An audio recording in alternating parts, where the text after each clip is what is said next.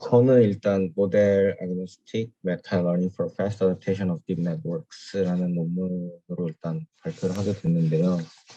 혹시 논문은 잘들 읽으셨나요? 사실 네, 저는 시험이 화요일 저녁에 끝나서 그 이후에 되게 급하게 일단 봤는데 일단 제가 이해하고 공부한 만큼만 어쨌든 간 발표를 일단 하려고는 해요. 근데 사실 이 개념 자체가 되게 저도 되게 낯설었고요. 근데 어떻게 되게 그냥 결과로만 보면은 되게 유용할 것 같고 그럴 것 같은데 이거를 완전 다 씹어먹을 정도로 이해하지는 못했고요. 그래도 제가 최대한 이해할 수 있는 부분만큼에 대해서만 어떻게 설명을 해보도록 하겠습니다. 그 시작하기 앞서가지고 이 메타러닝에 대한 개념은 예전부터 좀 존재한 개념이더라고요. 그런데 이제 이 논문 발표 이후에 좀 급격하게 많이 발전된 부분도 있고 좀 뭐 뒤에서 다시 설명하겠지만 약간 그레디언트 기반으로 옵티마이제이션 쪽에서 이제 하는 것 방법론인데 음 그냥 여러 군데 적용이 가능하다 뭐 이런 점에서 굉장히 유용했던 것 같아요. 네, 일단 이런 순으로 넘어갈 건데 일단 먼저 메타러닝이란 뭔지, 그다음에 이제 논문 순서대로 abstract, introduction, 그다음에 이제 모델, 활용 이렇게 하고 이제 마무리를 할 예정입니다. 그 중간에 related work는 그냥 아예 뺐어요. 그리고 그 읽으셨으면 아시겠지만 강화학습 부분도 되게 많이 나오거든요. 근데 제가 일단 강화학습을 잘 모르는 상황이어서 일단은 패스했습니다. 저는. 그럼 일단 먼저 메타러닝이란 개념부터 시작을 해야 될 것 같은데 일단 가장 쉽게 약간 예제로 준비했어요.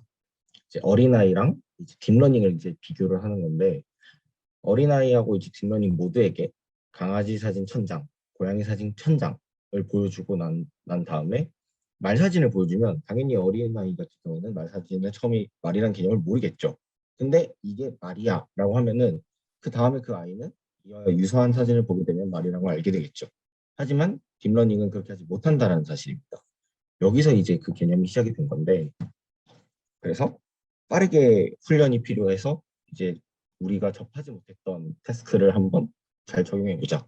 그래서 빠르게 적용하고 이제 일반화시키자.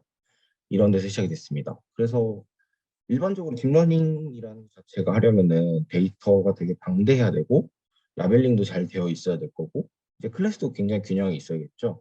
그래야지만 이제 좀 잘 훈련이 돼가지고 이제 클래스 분류를 되게 잘하게 될 거잖아요.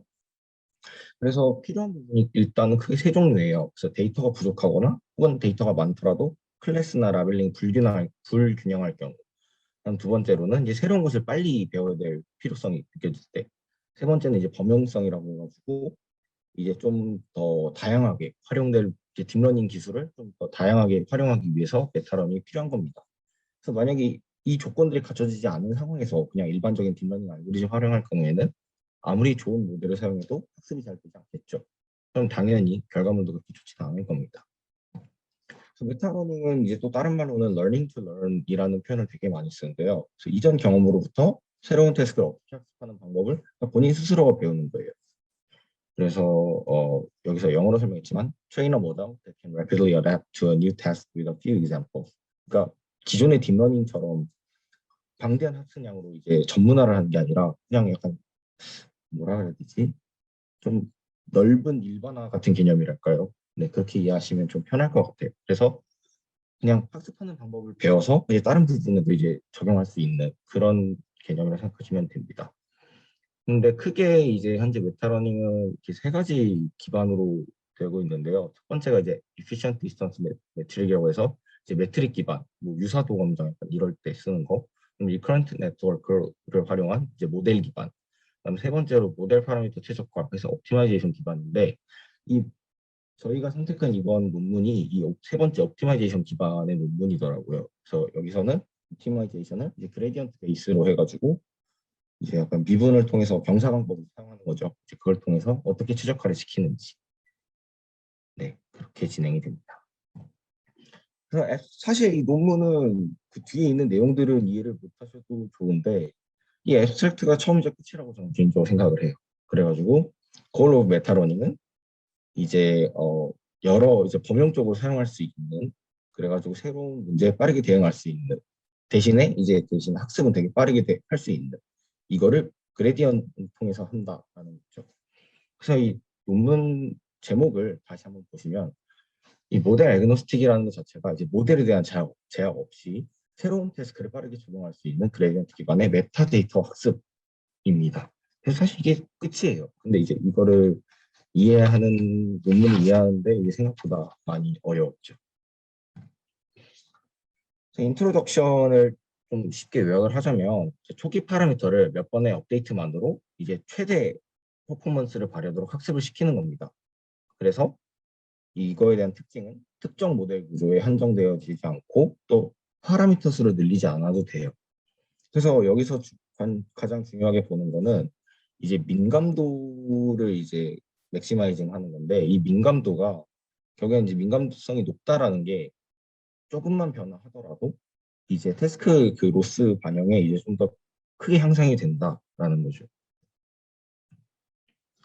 그래서 쉽게는 이제 x가 있을 때 이 어떤 함수 f를 통해서 이제 a로 아웃풋이 나가는 겁니다. 근데 여기를 설명하는 데 있어가지고 이제 여기 지금 보이실지 모르지만 이거를 이제 뭐지? 태스크 함수를 사용을 하게 되는데요. 이 태스크 함수가 이제 로스 펑션과 이제 디스트리뷰션, 그 다음에 에피소드 랭크 이런 식으로 현재 되어 있어요. 이제 에피소드 랭크나 그거에 대해서는 저도 이제 잘 이해가 안 가서 뒤에 조금 추가를 하긴 했는데 어쨌든 이 태스크 펑션에 관련해가지고 여기서 나온 이 분포들을 통해서 이제 학습을 하는 거거든요. 당연히 여기도 당연히 목적은 이 로스 펑션은 당연히 최소화하는 데 있습니다. 그래서 여기 이제 그림하고 이제 알고리즘하고 같이 나왔는데 결론적으로 말씀드리자면은 이 태스크 변화에 가장 민감한 모델 파라미터를 찾는 것입니다. 이 모델 파라미터 이제 세타는 이제 세 가지 특성을 가지고 있는데 이 세타의 특성은 첫 번째로 아까 얘기한 태스크 분포의 인터널 피처를 찾는 것이고 그 인터널 피처 중에서도 여러 가지가 있을 텐데 그 중에 가장 트랜스퍼러블한 거를 찾는 것입니다. 이렇게 함으로써 이제 하나의 태스크만 하는 게 아니라 여기 그림을 보시면 뭐 L1, L2, L3 뭐 이런 식으로 있는데 이게 이 세 군데를 다 학습을 해가지고 하나의 태스크는 오버피팅이 되지 않는 거고 각 그레디언트마다 이제 로스를 줄인 거를 통해서 이거를 통해서 다시 학습시켜가지고 최적의 세타, 즉 이제 공통되는 초기의 웨이트를 찾는 방식인 거예요. 그래서 알고리즘은 이제 제가 방금 말했던 형식이고요. 일단 어떤 태스크에 대한 분포가 있을 때 이제 이 분포에서 이제 로스 몽션을 최소화할 수 있는 이제 뭐 그걸 이제 미분해서 찾는 방법인 겁니다. 그래가지고 이 그림을 좀 더 이해를 쉽게 하시려면 이 회색 쪽, 이 회색 실선들이 이제 어댑테이션이라고 하면 되고요. 이게 이제 각 로스를 계산해 이제 업데이트가 되는 겁니다. 이제 가운데 이제 까만 실선으로요. 그래서 다른 태스크들로부터 업데이트가 돼가지고 특정 태스크에 대해서 오버피팅 되는 걸 방지하는 역할을 합니다. 어, 근데 이제 이 방법이 이제 한 번만 이루어지는 게 아니라 계속 이루어지는 거예요. 저희가 딥러닝 학습하듯이. 이제 여기까지는 이해가 되셨죠?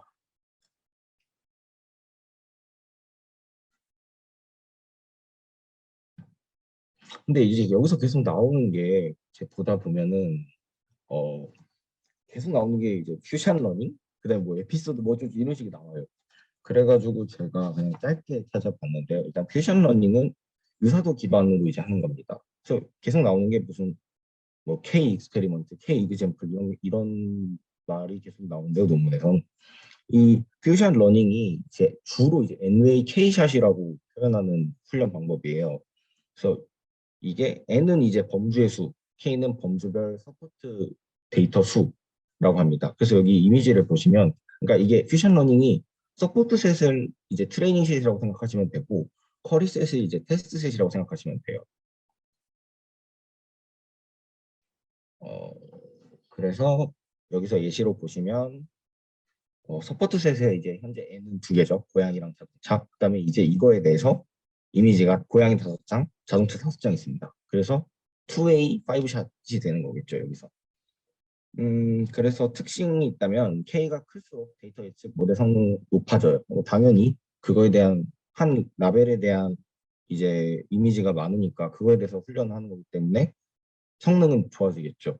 근데 대신에 애니컬스 성능이 낮아지는데 이거는 이제 약간 시험을 생각했을 때 오지선다형이랑 백지선다형으로 생각하시면 좀 이해하기 쉬우실 것 같아요.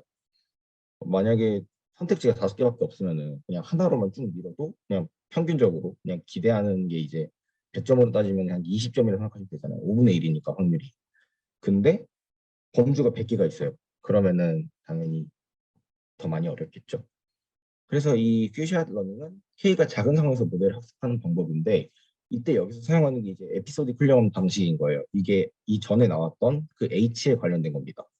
이 에피소딕 훈련 방식은 모델 수 학습 규칙을 도출한다. 그러니까 저도 이 표현이 정확하게 이해는 잘 못했는데 그냥 머신러닝을 자동화한다고 생각하시면 될 것 같아요. 그래서 좀 추가적으로 좀 더 넣었는데 이게 이제 메타러닝의 한 가지 방법론인 겁니다.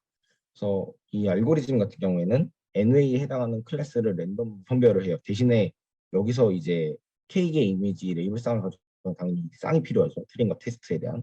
이걸 통해서 아까 얘기했던 서포트 셋과 쿼리셋을 지정합니다. 당연히 로스를 이용해서 모델을 업데이트하고 충분히 반복해가지고 이제 쿼리셋 테스트를 이제 하는 방식입니다. 뭐 이거를 에피소드 훈련이라고 하더라고요.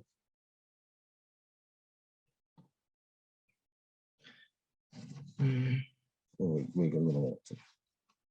네. 그래가지고 이제 이 방식을 활용해가지고 이제 논문에서는 이제 슈퍼바이즈드 러닝, 그다음에 강화학습 쪽에다 했는데 알고리즘은 아까 첫 번째 봤던 그 알고리즘 형식이랑 거의 똑같아요. 근데 이제 그 중간에 여기 한 5, 6, 7, 8 이 부분이 좀 달라요. 5, 6, 7, 8 부분이 다르고 이 10번이 이제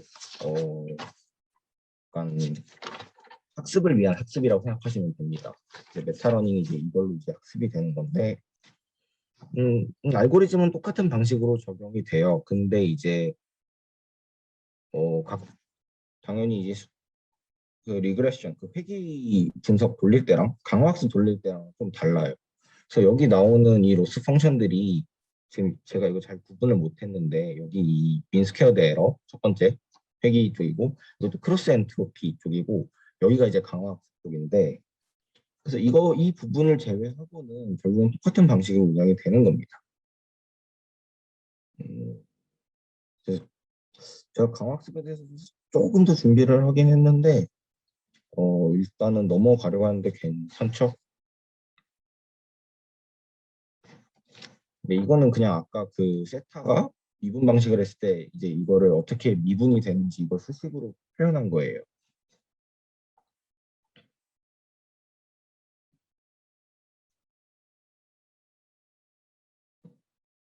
그래서 그냥 기본적으로 일단 미분이 돼야 된다라는 게 가장 큰 전제인 것 같습니다.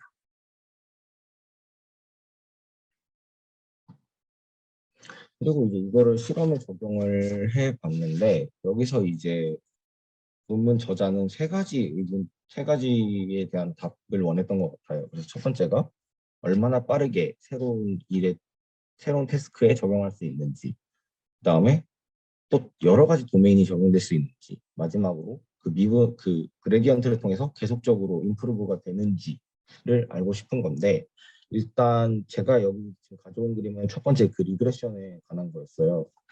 그래가지고 이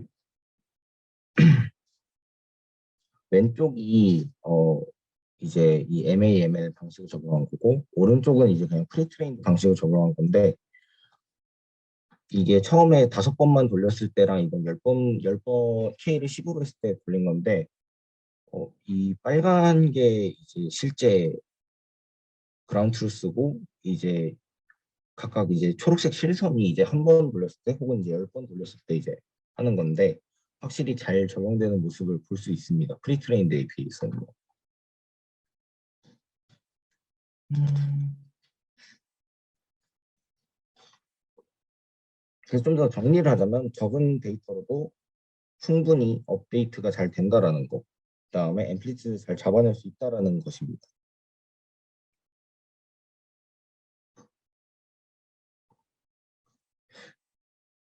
네, 이것도 아까 이전 거랑 좀 비슷한 건데요.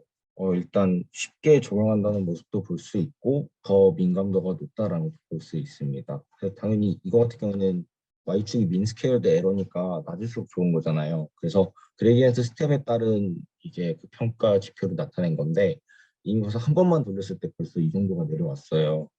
반면에 이제 그냥 프리트레인드 될 경우에는 네, 살짝 떨어지긴 하지만 그래도 확실히 성능 차이에서는 큰 차이를 보이고 있습니다.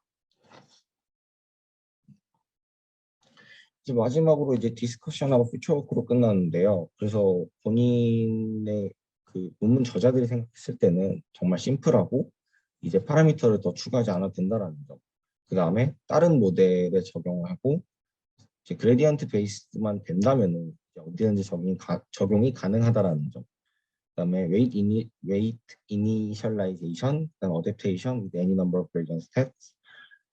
그러니까 어떤 양의 데이터라든지 얼마나 많은 양의 데이터라든지 혹은 이제 얼마나 많은 그레디언트 스텝을 통해서 한다라도 그냥 weight initialize weight 그러니까 뭐지?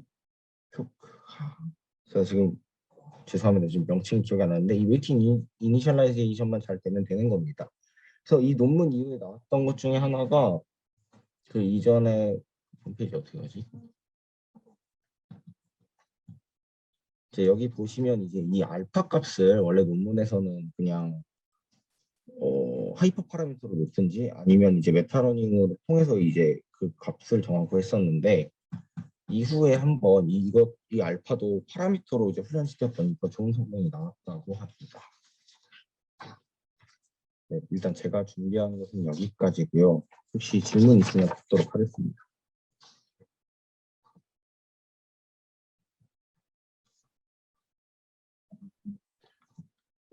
네, 이거 저 찾아보질 않아서 그러는데 혹시 이거 여기서 사용된 이제 데이터셋들을 보니까 처음 보는 데이터셋들이더라고요. 네, 옴니그롯이나 뭐 미니 이미지넷은 약간 유추가 되는데 옴니그롯 이미지넷 데이터셋은 이거 혹시 뭔지 알 수 있을까요? 대충 그거 봤을 때는 그냥 뭐라고 해야 돼? 샴 무슨 네트워크라고 해가지고 한다고 하던데 이게 어떤 거를 할 때 사용이 되는 건가요? 이게 옴니그룹 데이터셋은 뭐 50개 다른 알파벳으로 구성된 1623개 문자라고 하는데요. 그다음에 뭐 미니 이미지넷 데이터셋은 64개 트레이닝 클래스, 12개 밸리데이션 클래스, 24개 테스트 클래스로 되어 있다고 합니다. 네, 감사합니다. 이거 그거 이게 찾아봐야 되겠네요. 어떤 그걸로 아, 제 목소리 이제 들리나요? 네. 아까 뭔 얘기를 한 거였냐면요. 제가 괜히 메타러닝 궁금하다 해가지고 준영님 이거 읽으신 것 같아서 죄송하다는 얘기를 하고 싶었습니다. 아니에요. 그냥 좀 새로운 것 같아서 일단 재밌게 봤어요. 그냥 좀 더 시간이 있었으면은 좀 잘 설명할 수 있지 않았을까 싶네요. 아닙니다. 저도 그거 이해를 관제 잘, 능력하십니다. 읽으면서 이해를 잘 못해가지고 뭔가 신기하긴 신기하기만 해가지고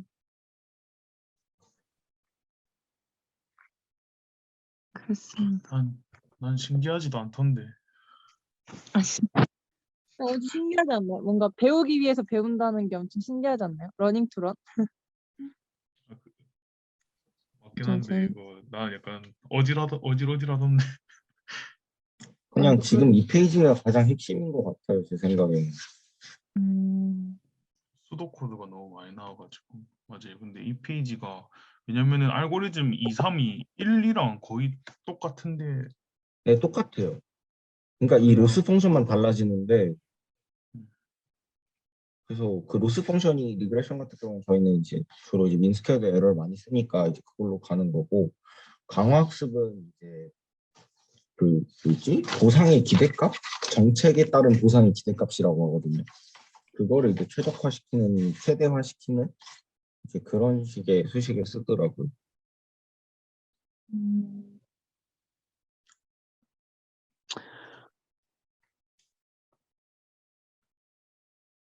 네, 그래서 전 이제 앞으로 메타러닝은 보지 않을 생각입니다.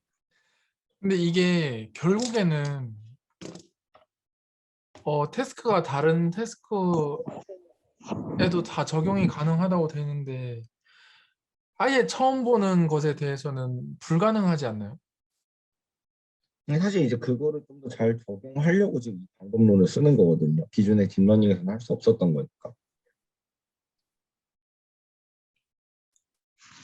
그러니까 거기서 보면은 개랑 고양이랑 있는데 개랑 고양이에 대한 사진 3장을 주고 그것과 전혀 다르게 생긴 개와 고양이 사진을 주는데 그게 아니고 갑자기 거기서 기린을 준다. 네. 이렇게 되면은 못하는 거 아닌가요? 그러니까 이게 단순히 이렇게 셋이 있지는 않죠. 셋이 이게 서포트 셋도 이게 이렇게 서포트 셋이랑 쿼리 셋이 이거 하나만 있지는 않아요. 이게 라벨링된 부분이 그 분류된 이미지들이 그래도 몇 개가 더 있어요. 샘플링이. 그래서 이거를 계속 반복하는 거예요. 그래서 지금 뭐 고양이 자동차만 했지만 뭐 사과하고 귤도 가능하고 뭐 그 밖에 다른 것들 그런 것들을 해가지고 이제 하는 거라서 만약에 글쎄 완전 생판 처음 보는 거라면 당연히 일반적 당연히 좀 잘 못하긴 하겠죠. 네, 그래서 그러면 얘 도대체 효용성은 네. 뭔가? 그냥 단순하게 적은 숫자로 유사도를 측정해서 분류를 한 다음 학습을 한다. 이게 단가라는 생각이 좀 들었습니다.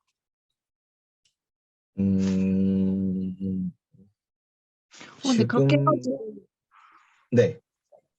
그게 아니라 그냥 이렇게 해가지고 아까 준영님 말씀대로 진짜 뭘 보든 더 잘 예측할 수 있도록 만들어주는 게 아닌가요? 그래서 막 네, 맞아요. 동규님이 효용성 얘기하셨는데 GPT-2, 3도 다 이거 이용해서 성능을 훅 높인 거잖아요. 그래서 그런 부분에서 효용성이 있지 않나 싶습니다. 그러니까 충분히 막 엄청나게 데이터를 많이 있지 않더라도 일단 학습이 가능하다라는 거. 그 다음에 좀 그 말 그대로 모델이나 알고리즘에만 기반하지 않고 좀 쉽게 적용이 가능하다는 점에서는 효용은 있다라고 저는 생각은 해요. 음, 뭔가 노스 하나만 바꿔서 태스크 상관없이 여기저기 다 쓰는 것도 신기한 것 같아요. 근데 이게 그 기본 전제가 일단 그레디언트 베이스를 사용할 수 있는 구조여야지만 일단 가능하더라고요. 그게 좀 약간 한계? 근데 그 그레디언트 베이스라는 게 아담 같은 어댑티브 옵티마이저는 못 쓴다는 얘기인 거죠. SGD 같은 아 것만 근데 쓸 수 있고. 여기 그 실험할 때 아담 옵티마이저를 썼더라고요. 근데 그것도 SGB 쪽 아니에요? 그런가요? 전 네, 어댑티브 여기 실험할 때 여기 썼어요. 신기해.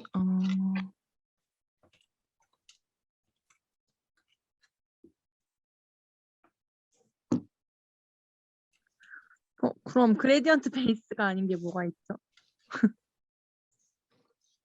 여기까지는 저도 아직 생각을 못 해봤습니다. 일단 저는 이걸 이해하는 데 먼저 집중을 했어요. 약간 베이지안으로 옵티마이저 구하고 그런 거 말고면 다 쓸 수 있다 이런 건가? 웬만한 데는 다 이제 가능하지 않을까요? 그렇지 않을까요? 저는 근데 아까 네. 아담이나 뭐 이런 것도 다 그레디언트 계열이라고 알고 있어서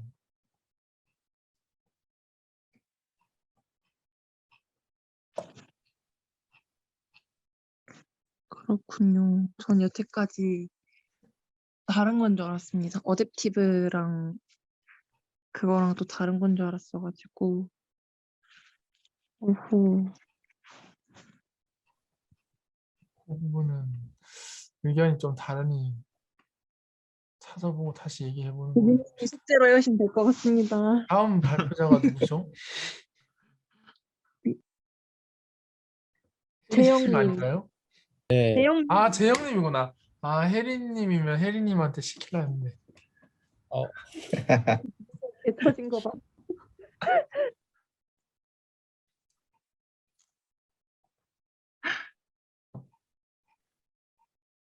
네. 재영님 수고하셨습니다. 어려운 내용인데. 그냥 수고하셨습니다. 제가 잘 전달했는지는 잘 모르겠네요. 너무 횡설수설한 것 같기도 하고. 결국에 메타러닝의 그거는 뷰샷이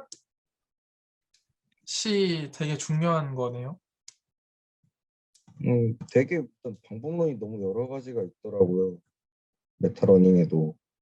근데 이제 그거 중에 하나의 방법이 이제 약간 퓨전 러닝이고 여기 사용되는 이제 뭐 에피소딕 트레이닝이다. 근데 이것도 메타러닝의 방식이다. 뭐 이런 식으로 계속 설명이 되어 있어서 알겠습니다. 감사합니다. 네, 메타러닝은 현재 세 가지로 되어 있습니다.